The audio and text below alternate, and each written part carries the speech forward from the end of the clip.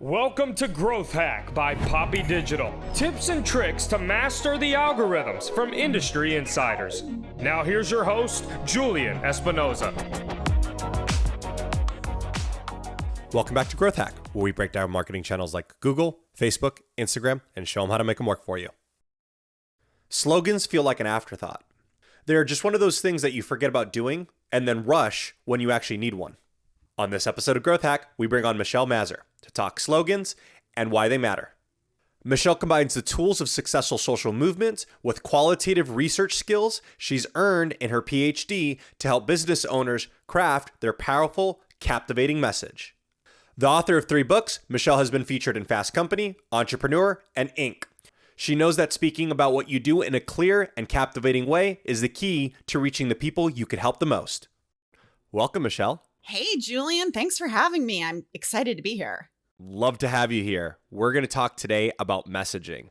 And in marketing, we always hear about messaging. We've talked before. I've looked at your content, and you think of messaging in a very, very different way. Can you share what that is? Yeah, in the online space, I've seen messaging portrayed as like, oh, it's one sentence. It's like your I help sentence, and that's all you need. Or it's a content plan, or, it's like these very small pieces. And I believe that messaging is a comprehensive strategy that you then apply to what you're going to say in your marketing, in your sales, in your copy, in your PR efforts.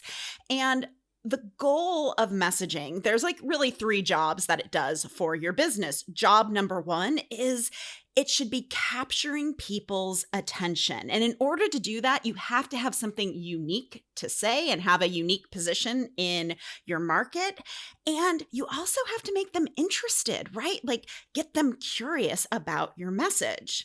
Then once you have their attention, it becomes, okay, well, what am I going to do with all this attention? Well, you have to create conversations. And these conversations really lead people. They're building an argument for your work and leading them from not knowing you at all to wanting to work with you. So what do you have to say in order to persuade, to make that happen? And then the final job of messaging is to cultivate connection. And connection is the stories we're telling. I really see storytelling as support for your message and the argument you're building. So it's your stories, it's your clients' stories, it can be research, it can be public figure stories. But at the end of the day, you want a cohesive, comprehensive message that you can use everywhere so that you are consistent and can become known for your work. And the way you explain it, it sounds beautiful. But how do we do that? Like, how do we even get there? Yeah, so I have a unique process that I call the 3-word rebellion. And it's really about coming up with that core message and then building all the other messages around it. So a 3-word rebellion, think about it like famous examples are start with why, the 5-second rule, the 4-hour work week.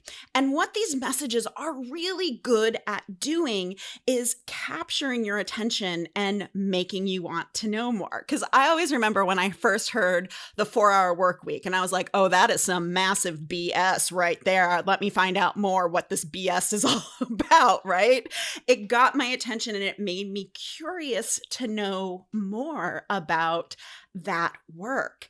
And so once we kind of get that core message, the 3-word rebellion, we can then build the other messaging around it so that you can actually lead people. And the other cool thing about a 3-word rebellion is it does carve out your unique place in the market. It makes you a category of one, because let me tell you, if you want a 3-word rebellion, you have to come to me.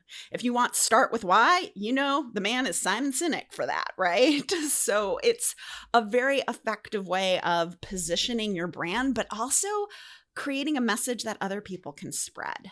We actually have this 3-word rebellion that I completely stumbled in. I won't say we crafted this in any unique way. It was just something that came up. So I'm going to share it with you. I'll share it with the audience. So for the audience that doesn't know this, we are podcast growth hackers. So we help podcasts grow through listenership, so audience development. And we're currently going through a reband, and messaging was really important to us because we wanted to make sure we were delivering the right message, as you know. Mm-hmm. And so here's my 3-word rebellion. We'd love to some feedback on it. All right. You ready? Mm-hmm. Hit me. Grow the show. Oh, I like it. So you know what I love about it? So this is such a nerdy messaging thing. I love when 3-word rebellions have like a good rhythm, like grow the show. Like it's exactly what your clients want, the change you're creating. And it's just, yeah, it has a good rhythm. You can dance to it, right? So that will make it sticky and memorable too. So well done on finding it. And people do stumble into the 3-word rebellions all the time. Like I see them everywhere, like social movements, which help inform me create that, like Black Lives Matter. That's a great 3-word rebellion. It's memorable. It's about the change you want to create. So well done, you. Thank you. And 3 words it's not necessarily 3 words. It's between 3 to 5, something like that. 2 to 5 words. So I picked 3 because 3 is kind of a universal number, right? The Father, Son, the Holy Ghost, the Trinity. And 3 is a number where our brains can remember. Like we start creating patterns when we have 3 things. But sometimes you can have something that's 2 words or up to 5 words. More than 5 words, people are going to start forgetting. And you have to have that short and succinct so that it is memorable and sticky. Absolutely. We follow up with Grow the Show with the world will know about your podcast when we're done. Mm-hmm. Which I would call that one of the things I do with my clients is the why buy statement. So this is basically like, what is your brand promising? What is your business promising to people? So your business feels confident in promising that the world is going to know about your show. Absolutely. Now, I do want to say, when we came up with it, it was actually just an initial to get it in the hands of people like you. We hired essentially maybe even some of your colleagues to try and get this phrase. We were working on the slogan. And what's very interesting is, yes, I did stumble upon it, but I made an investment, and I'm willing to share on it. I spent about $2,000 after I came up with my initial slogan to vet other slogans. And it was a really interesting process because we came off the cuff when we were doing like an intake form for like one of the copywriters we were working with. And I mean, this copywriter worked really, really hard, and they could not come up with anything better. Honestly, I was a little bit disappointed. I was like, okay, like how come you can't come up with anything better? And I sort of was kind of tough on this copywriter, or this voice expert, actually, I should say. And it wasn't getting the results that I wanted. So then I hired someone else who I knew was good. Like I knew 100% they work on some really big notable campaigns, and some of the work they'd done, I knew they were good. And by the second or third pass of slogans, they still could not come up with anything better. And what's interesting in that was, yes, I came up with it at the beginning, but we vetted it, and we now were really confident that this was the right phrase. So yes, I came up with it on my own, didn't cost me any money, but we were confident and we knew we could make an investment into the brand after we had vetted it. And so I think that was an interesting process, which was like, hey, you might already have something that's good, and it may have not costed you anything. Maybe it was the hourly wage or the salary of one of the marketing people you had at your company. I found a lot of security in de-risking my investment by trying to vet that phrase. And that was just my own process that I kind of made up, and I fell into. Wanted to get your thoughts on that. Yeah, I mean, I think there's a few observations here. I talk about in the 3-word rebellion book that I believe your 3-word rebellion already exists. It's in something you're saying, it's in your copy already. It's really just this process of like, let's get your ideas out onto paper and excavate the message, because the message exists. Like you have it in you, and then it is my job to go and find it.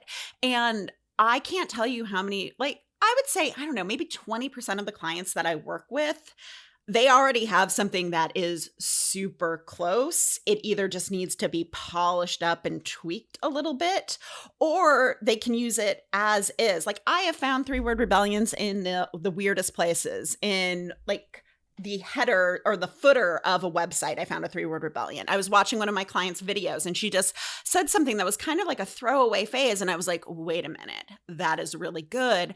And I think we are all so close to our message and to what we do that we need to have either someone else give us feedback or go through some kind of vetting process to make sure like, okay, is this the message? Is this what I want to lead with? Because it is the leading message of your business. I mean, this is the flag you are flying.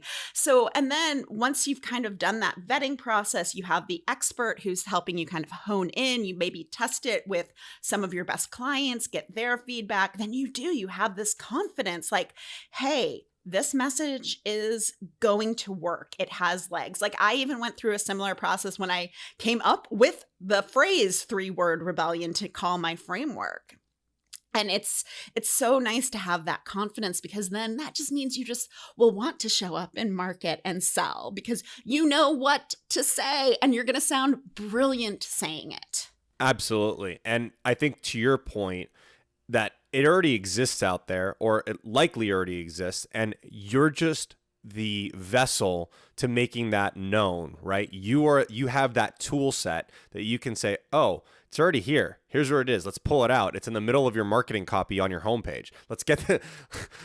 Let's actually use that and let's make that the header, right, for the website. So I totally get where you're coming from.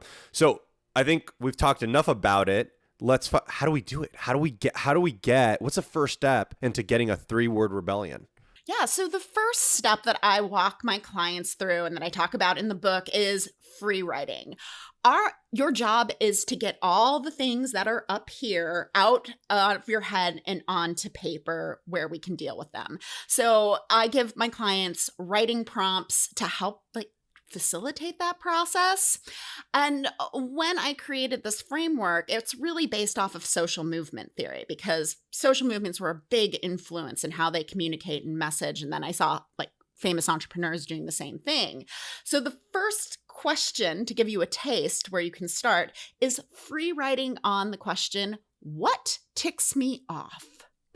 And you do not censor yourself, just keep writing, but anything that annoys you, ticks you off, get it out of your head and put it on to paper.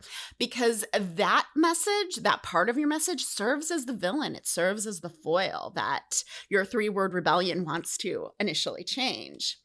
And then the second part is free writing on, I want to live in a world where.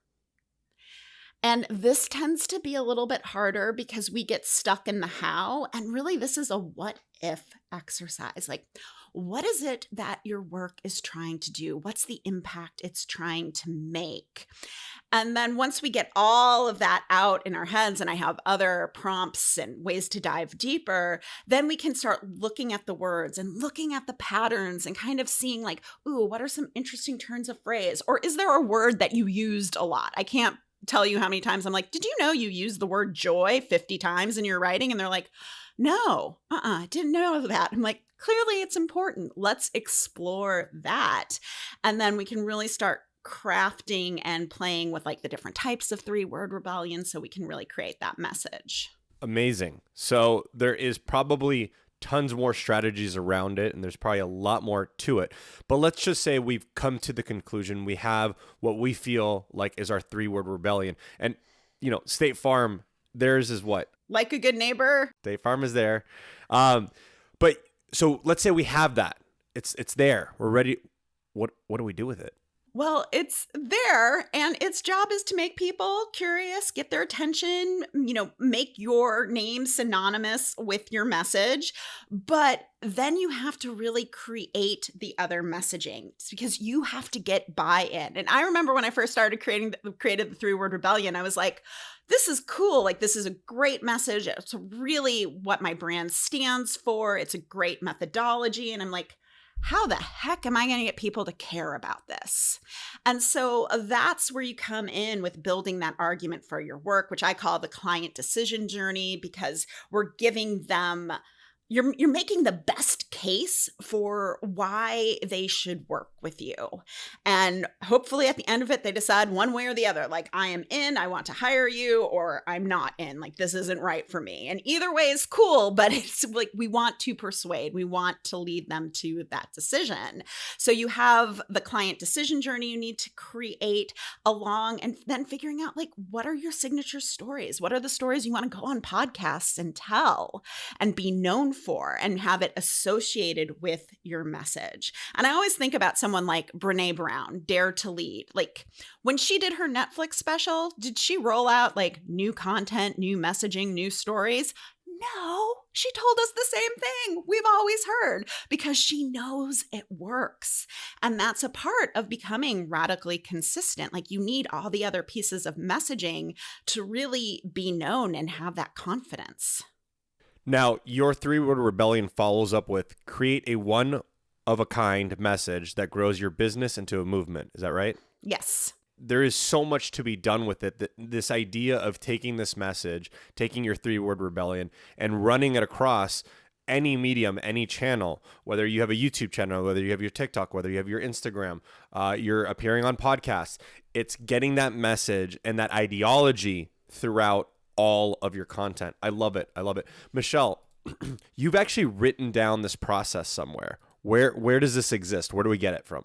Yeah, I have a book. It's called The 3-Word Rebellion, and you can find it on Amazon. It's available on Kindle, and it's an audiobook. It's also like where all books are, so bookshop.org, Barnes & Noble. So you can go out and find it, and I know you'll probably put it in the show notes. There you go. You took the words right out of my mouth. It's going to be in the show note, guys. So check her book out, The 3-Word Rebellion. Create a one-of-a-kind message that grows your business into a movement. I love it. Michelle, thank you so much for being on the show. We really, really appreciate you being here. We'll definitely bring you back at some point. You're so welcome, Julian. This was awesome. All right. Take care, everyone.